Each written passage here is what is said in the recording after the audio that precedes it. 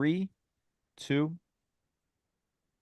Welcome to another episode of Million Dollar Stories, where we get to interview authors from all over the world. That's the beauty of my job. I get to interview experts. And this next guest is an absolute expert when it comes to macroeconomics and maybe just economics in general. But the book that we're going to be talking about today, Macroeconomics, MIT Press Essential Knowledge Series, he's a part of. He put this together. He's a professor in Santiago, I believe. Felipe Lorraine. Thank you so much for being here, sir. Very nice to be here. Happy to be part of your series and happy to talk about a subject that it's just my passion, which is macroeconomics. And some people believe that I'm a bit nuts, because I like so much economics, but I do. So I can have to confess that. Well, I will tell you, I did not care at all about economics whenever I was in school. And then when I read a book called Rich Dad Poor Dad, it changed my life. It put me on the entrepreneur path. I became an entrepreneur. And here we are almost, let's just say 18 years later. And I'm just fascinated with economics, how everything that is going on in the world pretty much impacts you. And so the more my financial literacy increases, the more I understand how everything is kind of connected and therefore I can capitalize on opportunities. So that's why I love it. Why do you love it? I love it because it was a young passion. It's not a middle-aged passion. Uh, I fell in love with economics when I was 14. I started reading on my own because there were no courses of macroeconomics or even economics at the time in high school. I was in high school and then I decided to wanted to be an economist. And then I went out of high school. I studied, my undergraduate in Chile, and then I went to do my PhD at Harvard University, where I stayed for about 10 years. I didn't expect to be there for so long, but I was first, a student, then I was a faculty fellow, then I was a professor at Harvard. And I came back to Catholic University of Chile, and I've been, you know, my passion also has been sort of nurtured in time because of the fact that I've done research, academic research. I published books and papers. I've been an advisor to governments. I've had the honor of working with 14 governments all around the world, but mainly in Latin America. And I also had the opportunity of being a finance minister in my country twice, which is to be the practitioner, and to put in practice the many things that I thought I knew when I went into a more complicated world, which is the world of politics. Yeah, complicated is an understatement, I would say, right? Yes, So, all yes. right. So, the macroeconomics, you're talking about inflation, unemployment, and I'm in the United States, and most of our listeners are in the United States. What are you seeing right now when it comes to our government printing an insane amount of money and potentially, keeping a war going on when maybe there's an agreement that could be made that could make the world a little safer place? I'm sure you're very well versed in what's happening in the USA, but is there anything that's very alarming when it comes to how much they impact the world and what they're doing right or wrong? There are two main things because, first of all, we follow the US, we need to follow the US economy. Even if I'm in Chile, the US economy is affecting all over the world.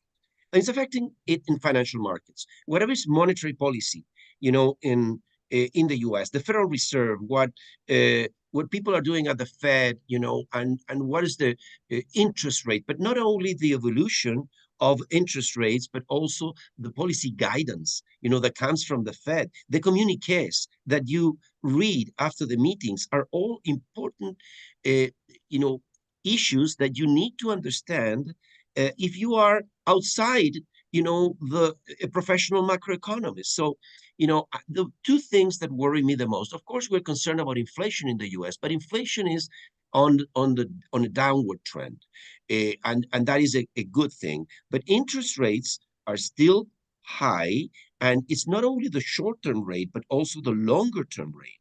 And this is determined by the fact that you guys have huge fiscal deficits. The fiscal deficit last year was about 7 points of GDP. That is a very high fiscal deficit. So I would very much like to see a program, a credible program of how the fiscal deficit is going to be reduced. Because when you have a deficit, it means you have to finance it. Then you're printing debt, and if part of that debt is bought by the Federal Reserve, it enlarges, the quantity of money in the economy that fuels inflation. So that's part of the beauty of all this intercommunication. And because we are in where I am, which is Latin America, I'm at the very bottom of Latin America, the very southern point of Latin America. We are suffering, or at least enduring, whatever happens in the world economy. We are an open economy, both financially and commercially in trade. We are probably in Chile the most open economy in Latin America. So we follow very closely what's happening in the US and China. So what I'm saying is, first, we need to see a reduction of inflation, but for that, you probably need to see also a credible path of reduction of your fiscal deficit. And that is a very important issue, because if the deficit stays high, then interest rates are going to stay high. And then when you go to finance your mortgage, for people that are financing a mortgage in the US now are paying more than 7%. Well, there was a time when you paid less than 4% for your mortgage annually. So that impacts your ability to buy your home, which is, by the way, which is the most important economic decision that somebody makes in his or her lives, is the purchase of a home. Right? It's their biggest debt that they will ever have, right? Their biggest investment. So that's on it goes average. I mean, house and then a car for the some average people person. are very sophisticated, but on average, for the overall population, that is the most important decision. So the issue here is that all this is intercommunicated. And just let me tell you, part of my motivation in writing this book was that I think, and is still, that I think that every informed person, every educated person, no matter if you're an economist already, you know this. This book is not written for economists. It's written for educated people outside economics. If you're a physician, if you're a journalist, if you're a businessman, if you are an entrepreneur, if you are a journalist, whatever, you need to know what's happening in the world, in the economy. It's going to affect your life. Yep. Some people can devote a lot of, let's say, pleasure from the intellectual pursuit of understanding macroeconomics. But what I will argue is that that's not the only thing, because that's not like knowing philosophy. As important as philosophy is, it probably, not immediately affect your own life. You're spending and saving decisions. So what we do in this book is, in a little over, 200 pages, what we do is produce, this is the book, and we cover the whole macroeconomics. And what are the things that we cover? Suppose you're on the retail sector, you're in the retail trade. Then you need to know what's happening to interest rates, what's happening to employment, to real wages. When the economy is growing, are you going to face recession? Is the Fed going to increase interest rates, or is it going to go on a reduction path? Is going to sort of reduce rates, and so that spending will probably increase. So are you concerned about, do you have any decision that depends on the exchange rate? Well, maybe you do. Or even if you don't believe so, it's because probably you don't know that many of the products that you're consuming are produced somewhere else, and to convert those into dollars, the exchange rate is a very important element. So all these issues, you start a business and you believe, for example, a business that depends on the level of employment, because the employment will determine spending, and then employment, goes down, and then you have unemployment shooting up. You're going to have an effect, on your business. If you're doing your budget for next year, you need to know macroeconomics. So all these issues, let me just even go to the extreme. If you're going on vacation, Mike, suppose you're choosing a country where to go on vacation. Well, we explain in this book, the Big Mac Index, which was a concept that It's basically converting the cost of a Big Mac into dollars. You know, it's a very simple proxy of the real exchange rate, a concept in macroeconomics that may determine whether you go to vacation in Greece, in Italy, or in Spain. If you're concerned about your budget. If you're not concerned about your budget and you don't care, then you won't look at the exchange rate. But maybe you want to know how far will a dollar take you. And that's one way to approach that is the Big Mac index. So I would say, inflation, for example, inflation affects you every day. Absolutely. So you go out and you say, okay, what's happening with the overall price level, the overall price, or sort of the average price of the goods goods and services I am consuming? Well, if you have inflation close to 10%, it's a very different world than you have inflation close to the target of the Federal Reserve, which is 2%. It's a very different world. How is your wage compared to inflation? Well, that's the real wage. Yes. So what I've seen since I pretty much woke up in this world of entrepreneurship and saw how pretty much the average person has no understanding of economics. The financial literacy is so low that they have no idea how a rising minimum wage from going from 7 to, and I've seen people in California propose a $50 per hour minimum wage. They don't understand what that would do to the economy, to the person, to employment rates. So the way I look at it, the school system and maybe the family structure is not teaching it at a young level or at a young age, at a low level. I think that's the problem. People don't understand it, maybe because they don't realize how it impacts them.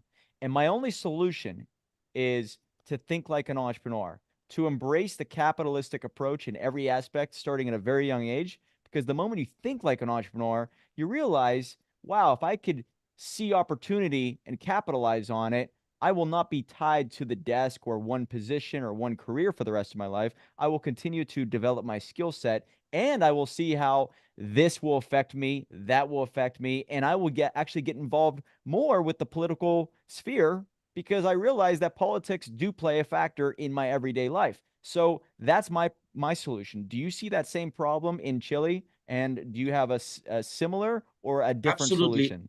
I have an experience. I lived in the U.S. for 10 years, so I know pretty much, what and I follow the U.S. very closely. But I've done a lot of my professional life also advising governments in the developing world, and I see very different realities. But in every case, let's take the case of where you say, okay, I want to enlarge my knowledge about economics because I want to become an entrepreneur. I need to understand interest rates, exchange rates. I need to understand employment, real wages, all these factors that are so important, inflation, and so on. But well, that's one case. But even if you follow and you're a professional physician and you will stay there the rest of your life, it will make a difference for you if you understand economics. Because you also need to make decisions, not only, what kind of, you know, uh, person I'm going to be seeing today, what surgery I'm going to be performing, but what will I do with my savings? You know, what what can I do for old age? Should I be concerned about retirement? Well, there is, in some cases, there is a mandatory saving for retirement. In other cases, there is not. So, and if you're an independent worker, so you're not an employee, but you're an independent worker, then you need to decide, this is normally the case, that you don't have mandatory saving for retirement, and you will need to uh, make your own decisions. If after you reach retirement, let's say when you're 60, when you're 65, you have uh, resources to keep going. So these are the kind of things that are important. Well, you mentioned politics. It's important.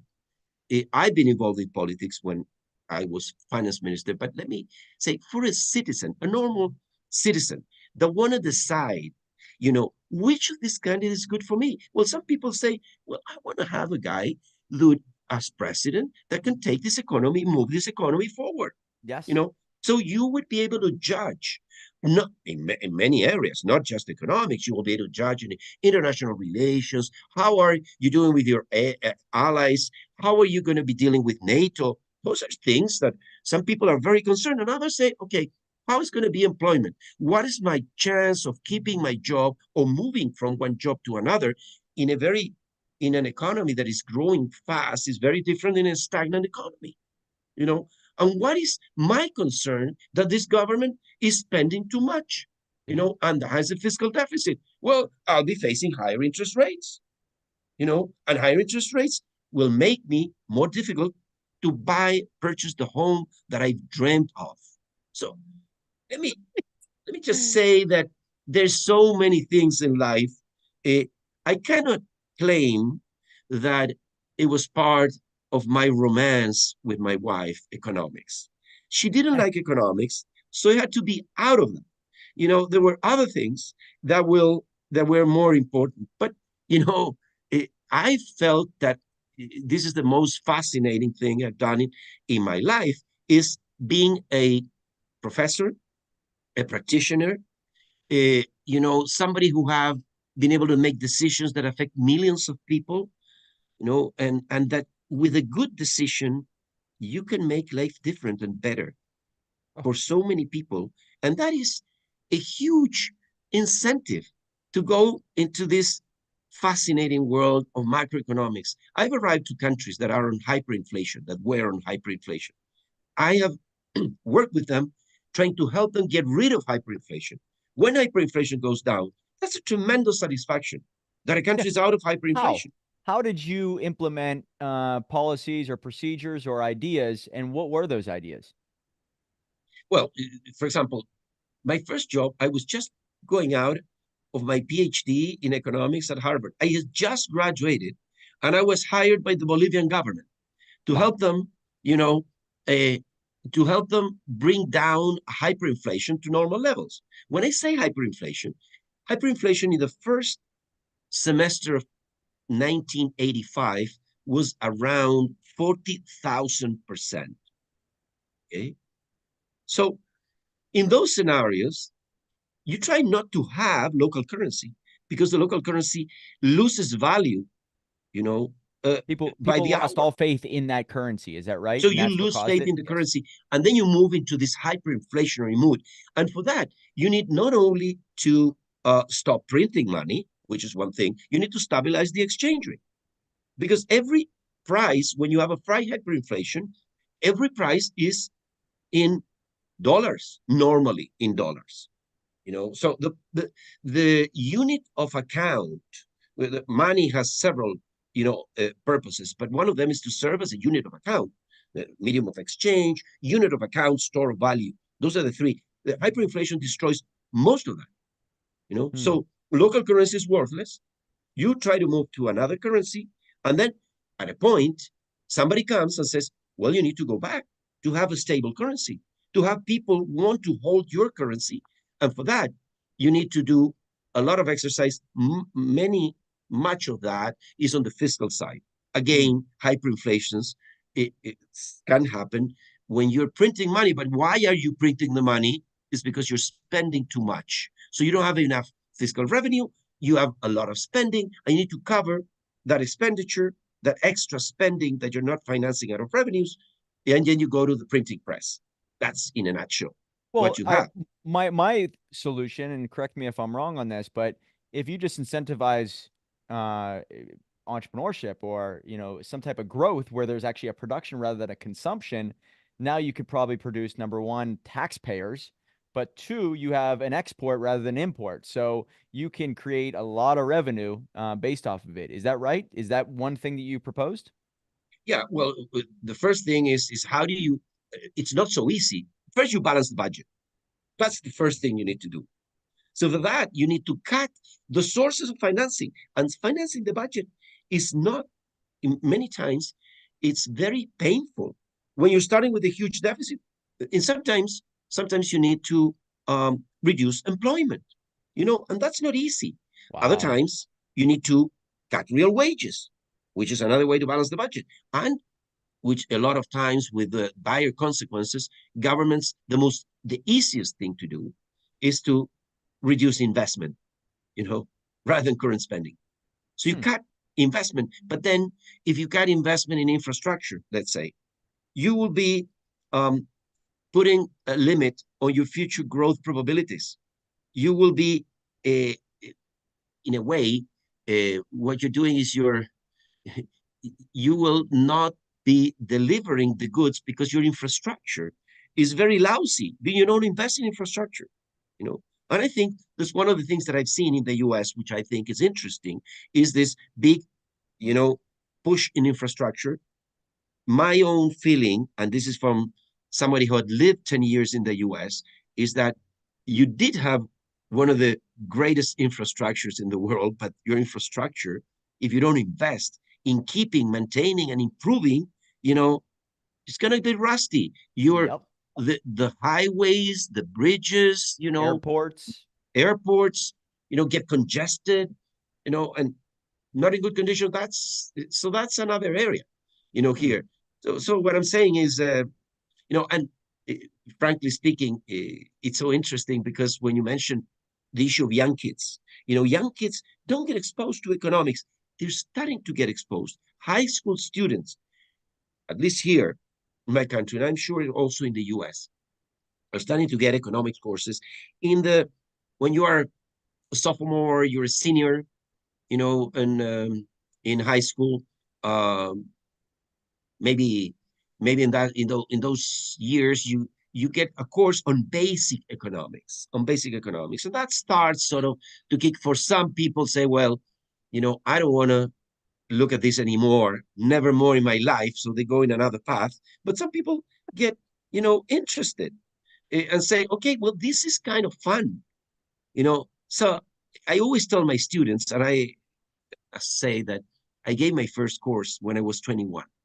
And I was so lucky, you know, that so I've been teaching. I'm not shy to say this. I've been teaching 45 years.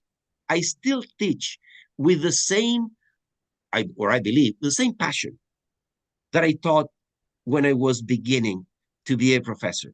And I, I can you sense that, know, by the way. it's so I always tell my students, you know, first course, first class, I say I don't like economics. And so they look at me and say, but this guy is teaching because he doesn't have any other thing to do.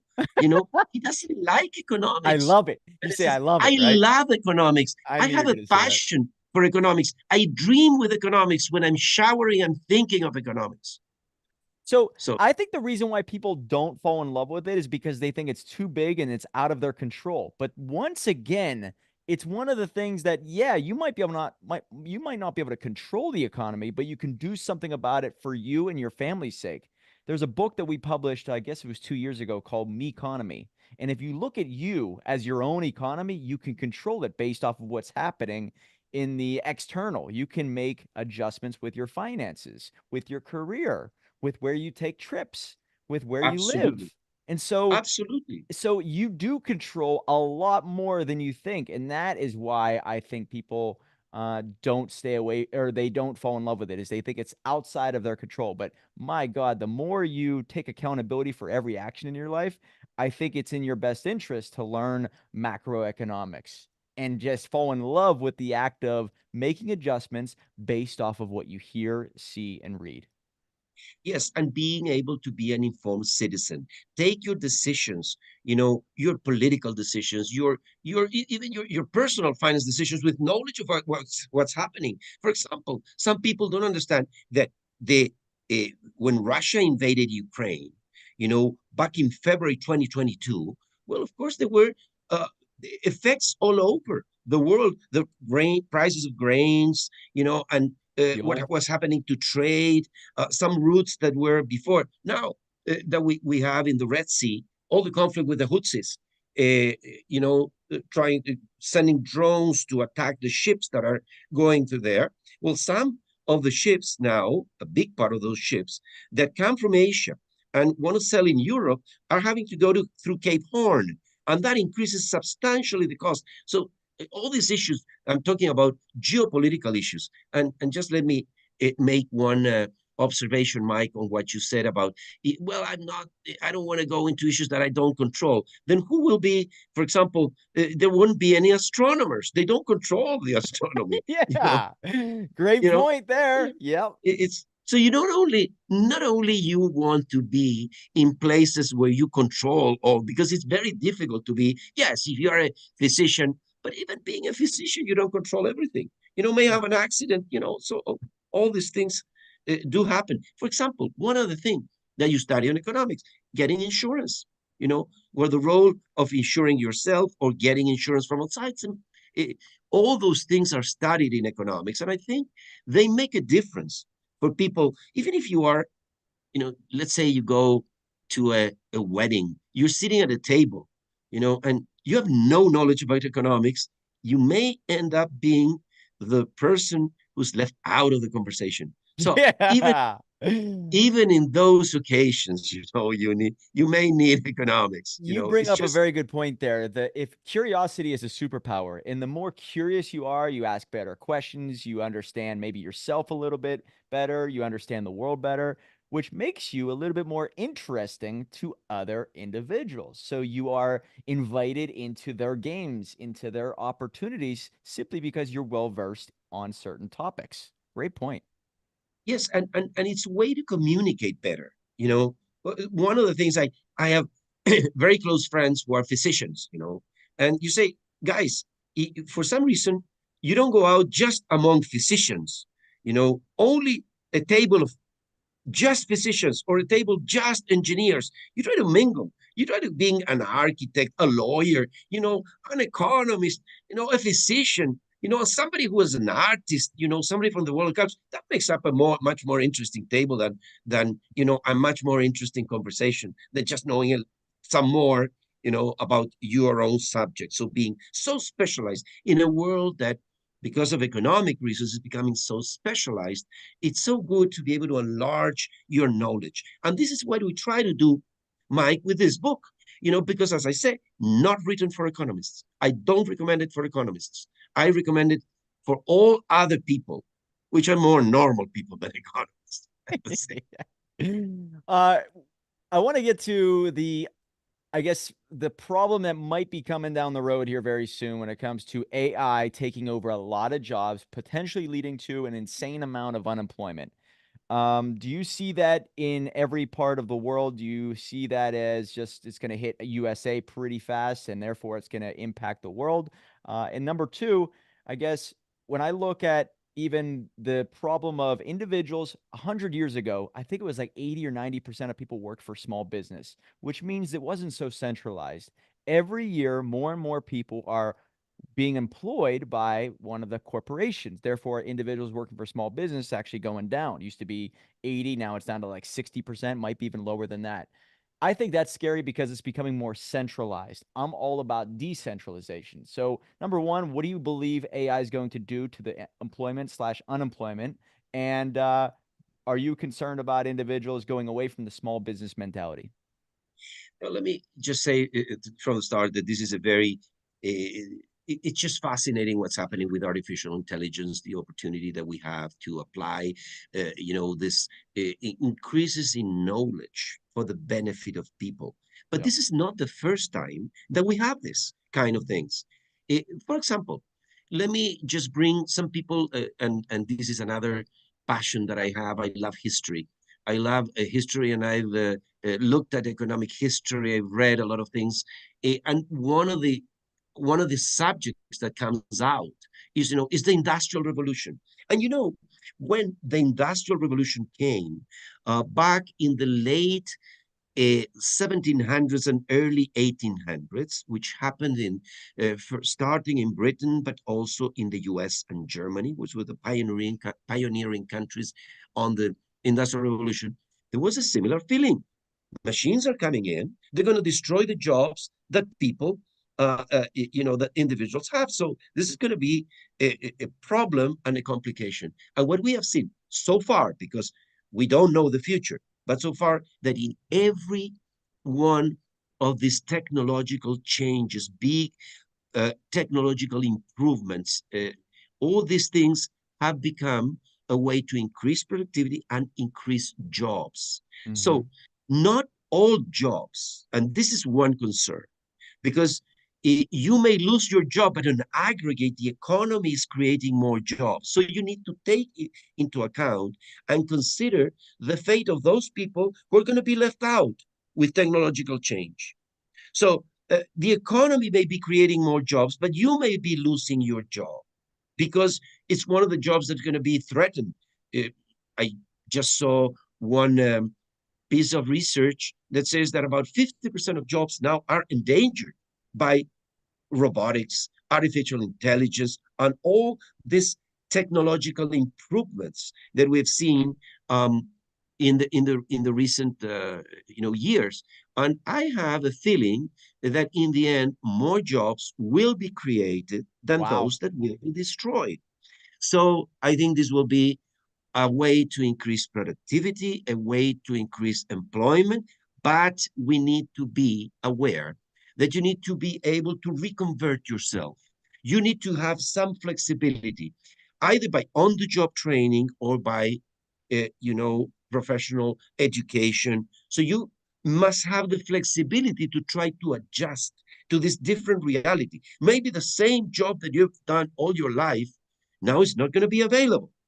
And there may be another job, you know, which somehow you can, relate your skills. I'm not saying this is easy, but this is really the challenge of our times, is the ability to reconvert. And I say this because maybe for some people, having a job is a way to make a living. But for many people, having a job is a way to feel useful to society. And Mm-hmm. being useful to society is an important part of uh, of your well-being, of and I must mention I'm studying and I just wrote a book. This is a different book. It's in Spanish, so it's not competing with us, Mike. Don't worry. I wrote a book on how to live well to 100 years. I'm now concerned and studying on the issue of aging and aging well. And one of the things about aging well is, you know, don't retire so early. So maybe, some people are so looking forward to retirement. I must confess, I may be a weird person, but I never want to retire. I I'm want with to, you. I'm with you. I I don't want to ever want to be, retire. yeah. What I cannot, when say, well, retire, I cannot play tennis and golf all day, and go out. I need to feel that I'm doing something productive. It's Useful. part of my well-being. So I don't want to retire, but even if you want to retire, you may consider phasing out retirement. Yep. So I've Great point, made though. in A my man is country, I happiest make when he feels useful. That is a great sentence, and useful. I've heard that You before. you're useful not only for your family, useful to your society. Yep. Because you're contributing. And you can do this in many ways. But the idea of stopping, let's say in my country, a retirement age is 65. Okay, so legally, I could be retired. Well, I'm working 10 hours a day, 10, 11 hours a day. You're a And I machine. start, That's right. You found your I'm, purpose. That's why.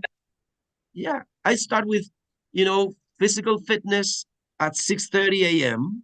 That's my first, and then I get home at 8 p.m., So that's Great. we have dinner later here in Chile, Mike, so that you don't believe that I'm missing dinner because you guys have dinner at 7. Yeah, We I have eat at dinner. 9. I'm with you. I like late dinners. Okay, okay, we eat at 9 at home, so I still. Well, you bring up a very good point, and I guess I never really thought of it that way, but AI is going to take over a lot of jobs, completely disrupting a lot of industries. However, because we have that new technology, it's going to open up new doors for people who are able to pivot and adjust and upgrade their skill set to adopt those technologies and offer more value somewhere else. It's just the laws of the universe. So, new things that we're probably not even thinking of, new positions will be created because of it. So, yeah, you really can't take into account that it's just going to wipe people out because, once again, going back to even, let's say, a chainsaw when that was made, did that wipe out landscapers because now individuals can cut their own trees? Of course not. Individuals will always pay for speed and convenience. And if you can add value somewhere, you will reap the rewards. Period. You remember you may have read it. One of the most fascinating things on it was when the train came. The train came to the U.S.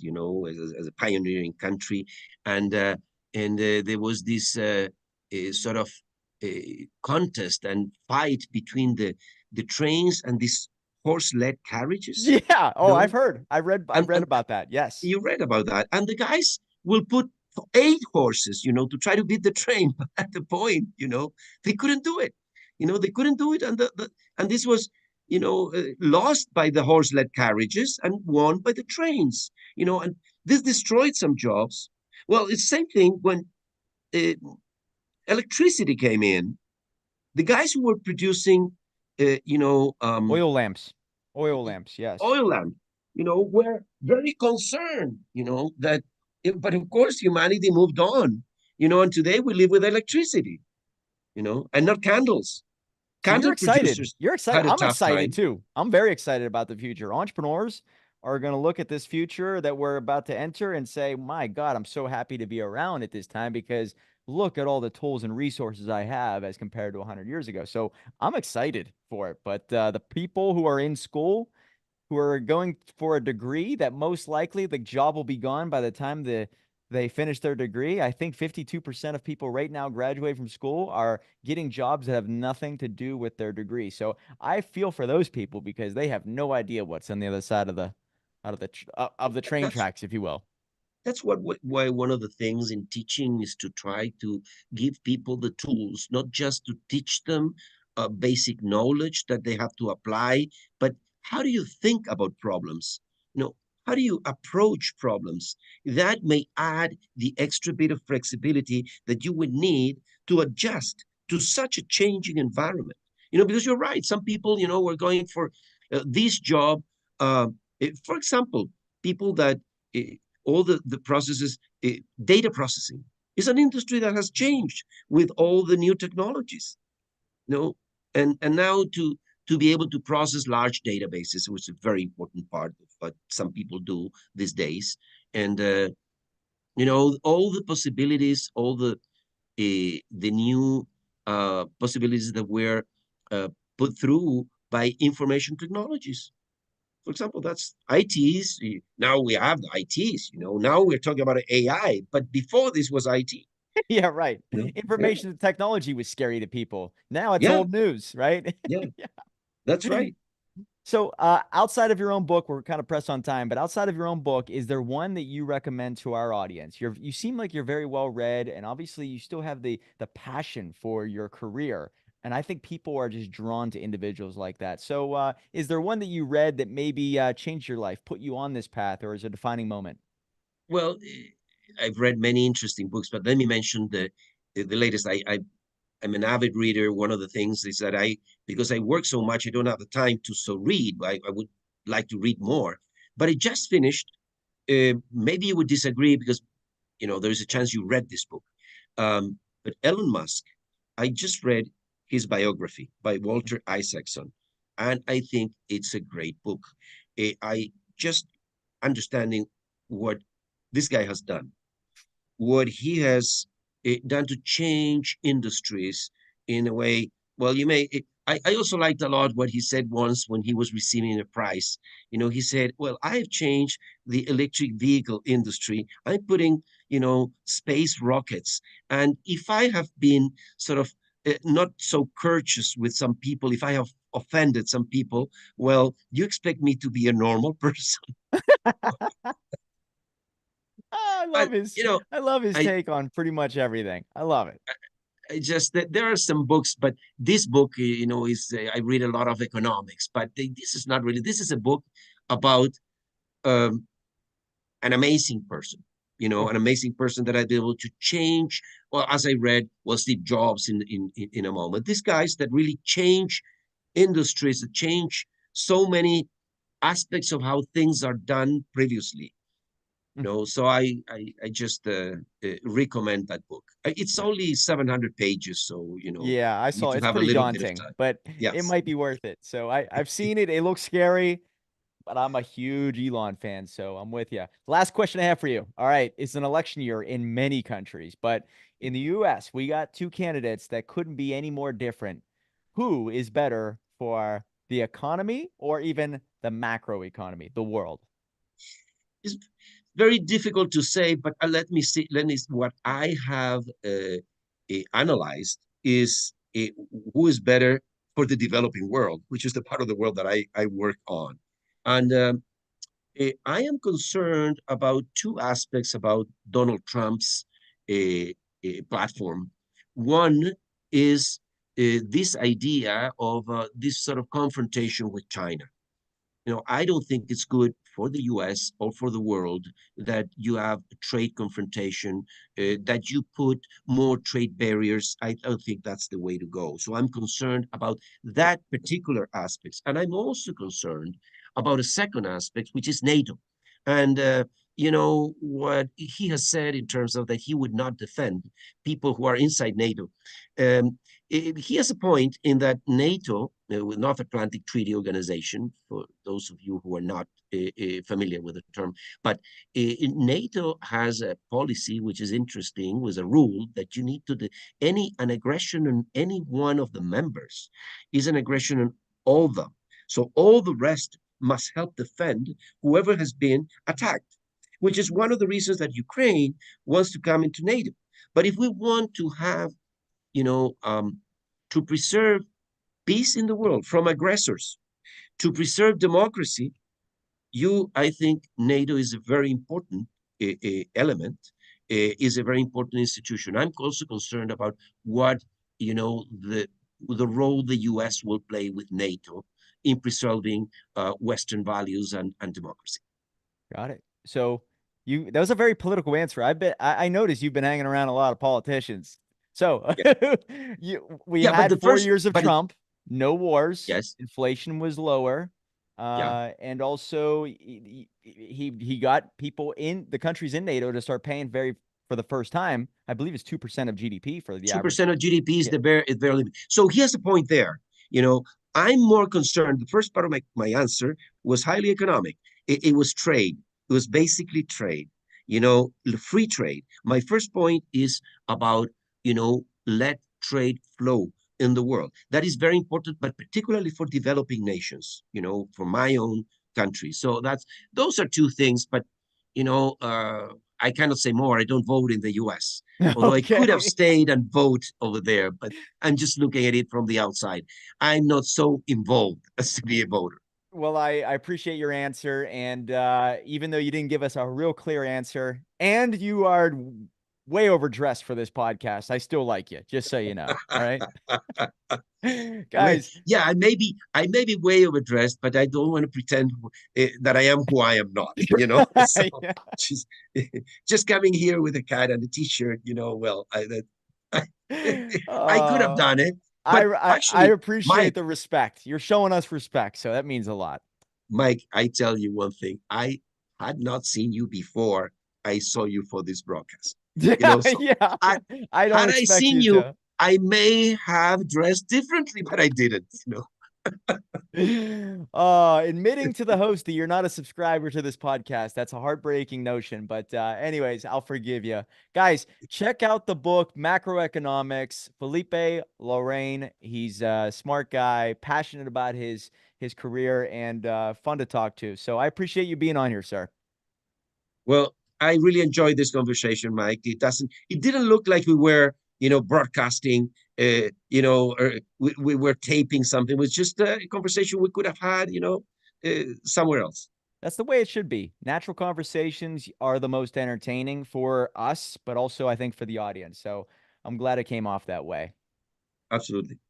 Remember, guys, $1 million book will lead to $1 million life. Right on.